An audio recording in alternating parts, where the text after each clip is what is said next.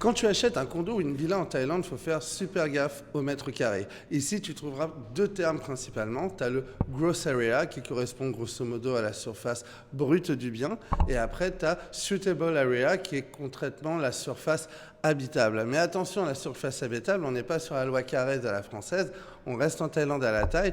Bien vérifier parce qu'en surface habitable, en Thaïlande, ça serait plus des surfaces utilisables. Donc pour une villa par exemple, on va vous dire 180 mètres carrés de surface habitable, mais en fait on prend en compte la piscine, les terrasses, parce qu'on considère que c'est des biens que vous utilisez, de la même manière que pour un appartement ou un petit studio, on voit 35 mètres carrés, mais les balcons sont pris dans les 35 mètres carrés par exemple.